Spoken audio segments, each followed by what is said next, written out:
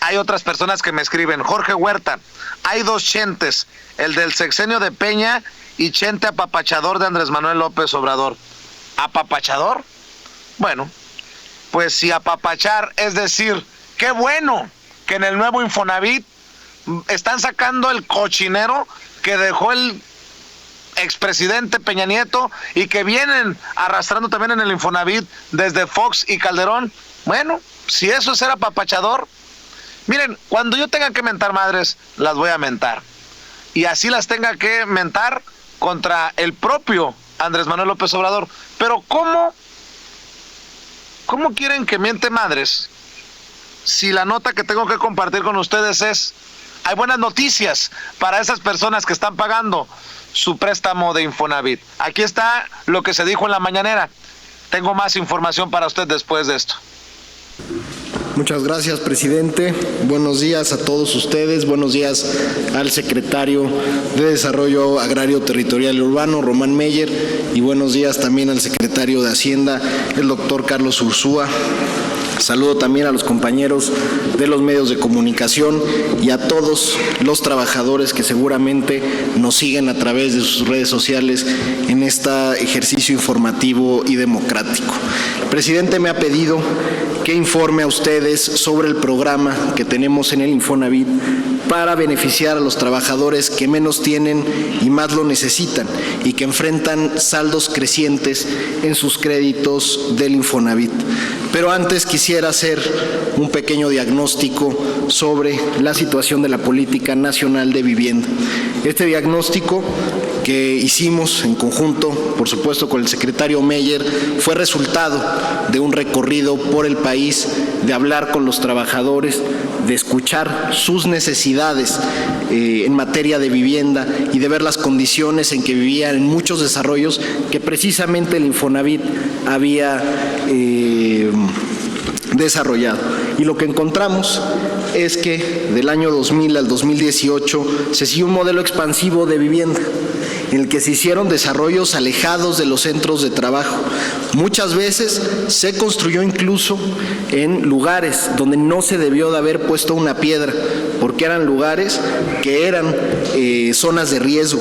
También se hicieron desarrollos que no cuentan hasta la fecha con servicios básicos como agua o electricidad.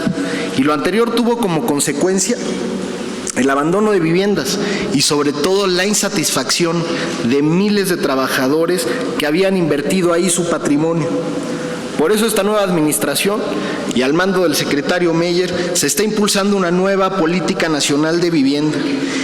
Y ha sido enfático el secretario en que garanticemos el derecho humano a una vivienda adecuada, asequible, cercana a los centros de trabajo para los trabajadores. Nos siguen a través de sus redes sociales. De las cosas importantes que hoy nos informamos también en la mañanera es que el director del Infonavit no gana 600, 700 mil pesos al mes.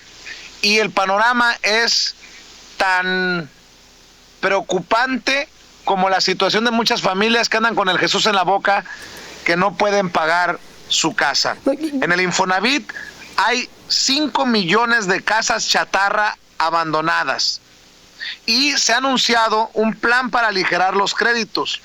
El panorama que se viene arrastrando desde Fox y Calderón, Coneval y el INEGI detectaron un universo de 5 millones de viviendas abandonadas. Solo el año pasado fueron abandonadas 55,000 viviendas, dijo el director del Infonavit, quien destacó que se abandonan 80,000 viviendas cada año. Y lo bueno es que hay muchas personas que podrán investigar si pueden reducir sus préstamos hasta en un 55%. Estas son noticias importantes para la clase trabajadora, Toño. Y es algo que verdaderamente venimos señalando, así como lo hace el crítico de Sin Censura, el crítico de Vicente Serrano, que venimos señalando desde tiempos de Enrique Peña Nieto. Esto que acaban de dar a conocer en la conferencia mañanera sobre Infonavit es completamente cierto. Se establecían las casas en lugares absolutamente alejados del centro de trabajo, en lugares que se consideran también zonas de riesgo, en lugares en los que no podían obtener esas casitas porque eran casitas muy pequeñas, los servicios básicos, imagínese usted, agua, electricidad, etcétera, etcétera, etcétera, lugares inaccesibles, y que se daban los créditos, pues sí, pero pues era para lugares de verdaderamente que no le servían a ese trabajador, un trabajador que tenía que pasar 2 horas, 3 horas en el tráfico para llegar a su centro de trabajo. Eso lo hemos documentado aquí en Sin Censura desde antes. Esta noticia que le estamos dando, pues es lo que hace el nuevo gobierno, un gobierno de transición, de decir, a ver, un momento, en administraciones pasadas esto era lo que ocurría y vamos a cambiar las cosas. Se lo estamos dando a conocer al tanteo, totalmente sobre la mesa, completamente imparcial. Usted decida, ¿a usted le parece que es correcto que una persona le den una casa a 3 horas de su trabajo, que no tenga los servicios básicos, que sea una zona de riesgo que se puede caer? O una casa impagable, Toño. O una casa impagable, exactamente, ¿no? Que es la gran mayoría de las casas de Infonavit. Exactamente, yo lo que esperaría de este nuevo Infonavit y lo que le voy a exigir al gobierno de transición, al de la Cuarta Transformación, es que esas nuevas casas estén cerca de los centros de trabajo, que sean casas dignas. Pueden ser humildes, porque la mayoría de los mexicanos somos humildes. Que sean humildes, pero que sean dignas, que les sirvan a esos trabajadores, sus familias, para vivir dignamente. Bueno, se aseguró que los ahorros del Infonavit permitirán dar paso al programa de responsabilidad compartida con la finalidad de apoyar a los trabajadores que menos tienen. En ese sentido, refirió que los créditos basados en tasas de salario mínimo cambiarán, pues dicho esquema hace más difícil la liquidación de los adeudos. Entre los posibles beneficios, dijo el director del Infonavit, consideró un descuento para los trabajadores de 55% en promedio a su saldo total, pagos a tasa fija, un apoyo mensual al pago, así como dotar de certidumbre y planeación financiera a las familias. Imagínate, Toño, que le puedas decir a un trabajador honesto, ¿sabes qué? Te vas a ahorrar el 55% de lo que debes al Infonavit. No, sería verdaderamente, le cae del cielo a un trabajador eso, ¿no? Si hace usted el comparativo de las tasas, por ejemplo, de interés entre México y Estados Unidos para comprar una casa, las de México son altísimas. Es sumamente difícil comprar una casa en México. Además, hay que hacer la escritura, y la escritura se hace ante notario público, y el notario público cobra el 10% de la propiedad. Imagínese usted, además de lo que tiene que pagar usted de esa casa, del enganche de esa casa, de lo que le va a dar Infonavit y etcétera, el notario público le va a cobrar el 10% de lo que es esa casa para hacer la escritura, para dar fe de esa escritura, ¿no?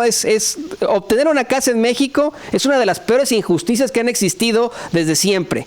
Y lo que se señala en esta conferencia mañanera es que sus directivos en gobiernos pasados vivían en el mayor de los lujos. Aquí en Sin Censura lo reportamos tantas veces, incluso que esos directivos de Infonavit gastaron miles de millones de pesos en vuelos comerciales, en vuelos privados. O sea, es ridículo. Bueno, pues para la gente que nos critica, ¿qué hago? ¿Le miento la madre a López Obrador por estos programas? Yo no entiendo, simple y sencillamente